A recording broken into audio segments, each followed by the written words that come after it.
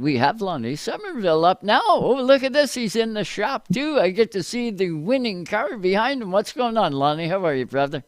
I'm good, Joe. Thanks for having me on. Well, thanks for doing some winning and letting us get you on here. I really appreciate it. Is that the same car you won with last night? Yes, sir. Just rolled out of the trailer and cleaned the champagne off here about an hour ago. Look at that. Yeah, not a mark on the car. That's the way you like having it. Well, you never know if there was a mark because Lonnie Sommerville Racing always has a perfect looking race car going to the track. But yeah, that looks beautiful. Yeah, this one's brand new. It has about 300 laps on it. So we put 200 on it, in a race, and then probably tested about 100 laps in it. So it's a brand new P1 chassis, and it's lived up to the expectations for sure. Well, and that's saying a lot. Coming from a guy that builds these cars in Lonnie Sommerville Racing, you got a lot of customers out that way. And what is that car now? What is it? A Hemke? Is it what is it? It's a P1 chassis. So Preston Peltier built it. So we've been buddies for a long time, and he's helped me with come up here and help me with our Hampy stuff, and I've gone to the Derby with him, a few years back, and we've been pretty good buddies. And he started building his own, design of a chassis here a few years ago, and kind of we've been talking about it for a couple of years, and luckily, with great sponsors like Pubs Ball Exchange and Bob Calhoun, we were able to pull the trigger on it about a year ago, and it's kind of been about a year in the process, and it's been sitting here on jack stands, waiting to go to the racetrack here for about 2 months, and we just our plan was just to run it in the 250s, but we obviously want to run it some to see what it's going to race like, and we're pretty happy with the way it raced so far. Well, I would say the proof is in the in victory lane. That's the way to have it, Lonnie. How has the year been? Have you been building a ton? How has it been for you? It's been well, we've had a lot of rain. Obviously, Atlantic Canada has been a lot of rain outs, so that's at the start of it. It was great because it got me caught up with customers' work and everything. But this is only our third race, ourselves with my own race team, and we ran the other. We had a Hampy car. I guess we have a Hampy car too that we race, and we finished fifth and ninth with it, and then this is the debut for this one. So we've raced three times. Had a bunch of rainouts. Had a lot of customers getting rained out. So it kind of was getting a little bit. All right, I'm caught up. It's time to go racing now, and so it's going to be a busy July and August for us. We don't race again now ourselves till August 2nd in Oyster Bed, PEI, with the Super Late Model Series 200 lapper. But planning to do the IWK with Dylan Blakehorn. Was going to do it ourselves, but it's a lot of racing, and sometimes you got to make money instead of spend money. So, we got to kind of feed the kids and pay the bills too. So winning races doesn't pay the bills. You gotta work on cars to pay the bills. Yeah, yeah. Macaroni isn't nice to live on. It's nice to have every now and then, but you don't want to live on that kind of stuff. So yeah, I hear exactly what you're saying. And knowing that now, with you and Dylan Blankhorn teamed up, look out. You guys are coming to win the IWK. Absolutely, yeah. I mean, I thought we had a car capable of winning last year, and had a flat tire, and he just parked it under green, just didn't get a caution we needed, and came down pit road, and we just parked it. He's only going to run a couple races. He'll run the IWK and then the Summer Clash 250. So that one he's going to be on his own because we're going to race that one. We're going to take the P1 to Halifax after the performance last night. So we'll get him set up and figured out, and he'll have to call that race himself. But it's I love working with Dylan. He's a heck of a driver. If he raced more, he'd be better. That's what I tell him all the time. And we'll definitely they'll know we're there, I feel. Oh, I guarantee it. Lonnie, take us back to last night. How was the night? Love 660. It's a tight bull ring track, but man, that's where you cut your teeth. Yeah, absolutely. It's so different now than it was. I feel like sometimes the experience I have there, I tell people I could put a blindfold on and make laps there, but because the surface is literally 30 years old, and the right side tires are basically in ruts because the pavement's just, deteriorating. It makes it super racy. super hard to get through. It's a it's a very line sensitive track now. Weather changing, it reminds me a lot of like on Oxford Plains because the temperature changes the track, the handling of the car and stuff a lot. So we tested about 2 weeks ago. The first time we had the P1 out, and we did a lot of things to free it up. It was tight right off the trailer, so we did a lot of things to free it up, and then we unloaded Friday night for the open practice and basically took everything that we did back out and put it back the way it came from Preston. And Saturday morning we ended a 40-lap run. Friday night thought we were pretty happy, just a little snug, and Saturday morning we fired off in the hot sun. It was pretty hot yesterday, and we fired off pretty free, so we kind of just backed up a little bit more, and we just had good speed, and we weren't top of the board, but we didn't really, we kind of just were going out and just a couple little things, and we didn't want to wear stuff out, and practice doesn't pay. I mean, it's nice to be top of the board, but we were right there. I mean, we were within a few hundredths, I think, of I think we were fastest last practice. The first two practices we were definitely top five, and it's hard when you don't, like I haven't won a race in 4 years or something like that. So 50 years old, you haven't won in 4 years. You're in Hampy cars, which are winning everywhere. Great friends with Bon Suss and Wilson Motorsports. Have information. I should be winning, and I wasn't. So it's pretty easy to doubt yourself and get down on yourself. And I still felt like I could do it, and still feel like I can do it. And so you get testing, and I was like, man, this thing, I've not felt a race car feel like this in a long time. Like, so it gave myself confidence all day yesterday. Like we're good. We're fine. Like, I've never had that feeling in the wheel in about 4 years. So, wow. So we're pretty confident going into the race. And, we knew we had to probably race the 16 and the 1 and the 48 and the 01. We figured they were going to be the guys to beat.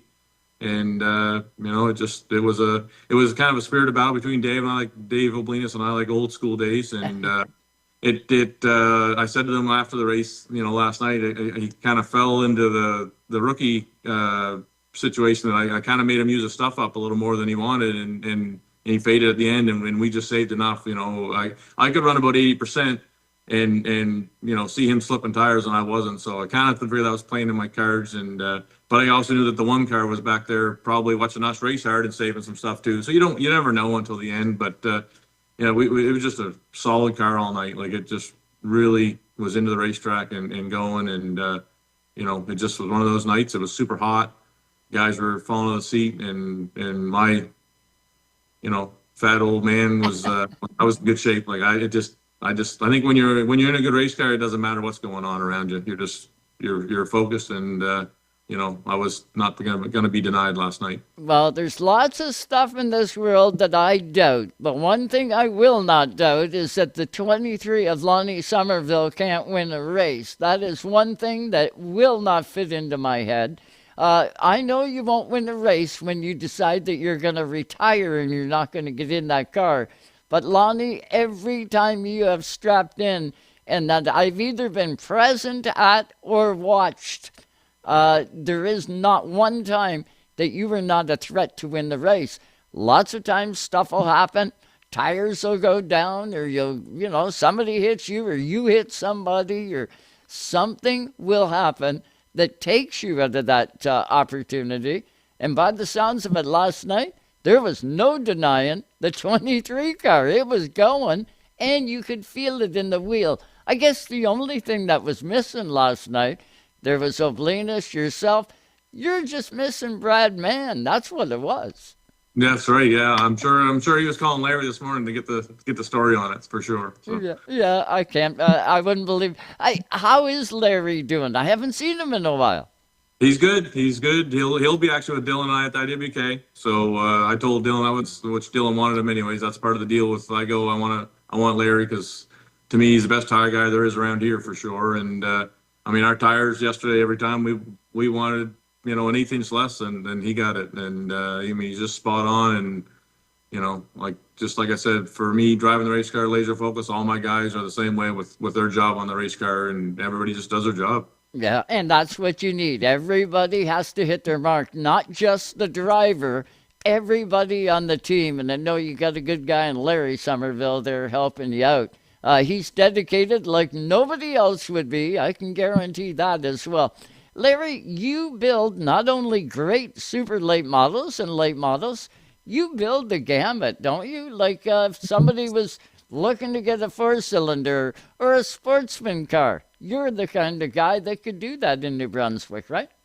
Yeah, we don't. I don't get too much into the four cylinders. I've dabbled a little bit with street stock guys, more so just buddies. Like it's hard to do everything. I mean, you only have so much room in your shop, and I'm a somewhat a one man show here, so you got to kind of pick your battles. But we do a lot of late model sportsman cars. That class is kind of not as strong as it used to be. We used to have a lot of I mean, we were pretty dominant in New Brunswick with the late model sportsman for a lot of years.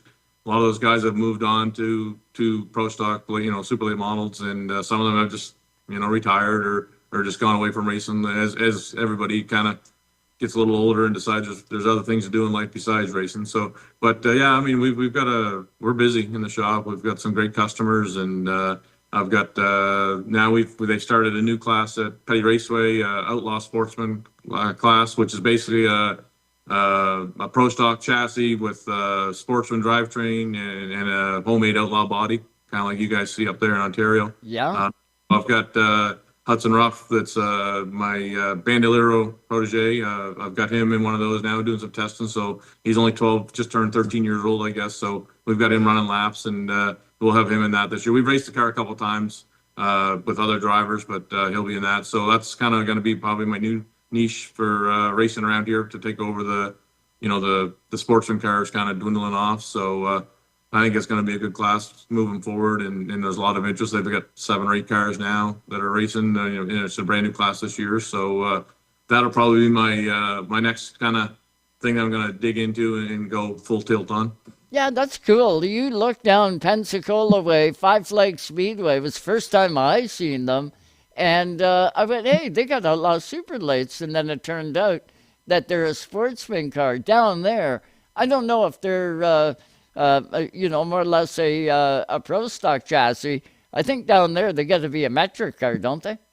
Not sure. I know Wayne Smith started this, obviously, and he spends the winters down there and works on some of those cars. So I think there's 2 different classes down there. I'm not completely entirely sure, but I know he based this division and the rules pretty much off of what's down there.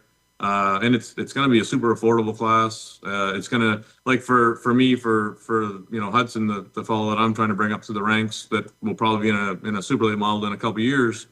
It's going to be teaching him not bad habits that sportsman cars do, and maybe even legend cars and things like that. He'll go right from the Bando to these. He'll understand what moving a track bar, or some of the things that we do on a pro stock or super late model adjustments. It'll be the same. So I feel like it's probably more in line with a stepping stone, a better stepping stone, plus more affordable than a legend car. It's not as expensive, and obviously you don't get to race as much, because a legend car you can travel from Florida to California to Newfoundland. But I think it'll be a good class, and I mean it's at this point I feel like it's probably going to be super affordable, and probably within a year or two there'll be 15 or 20 cars.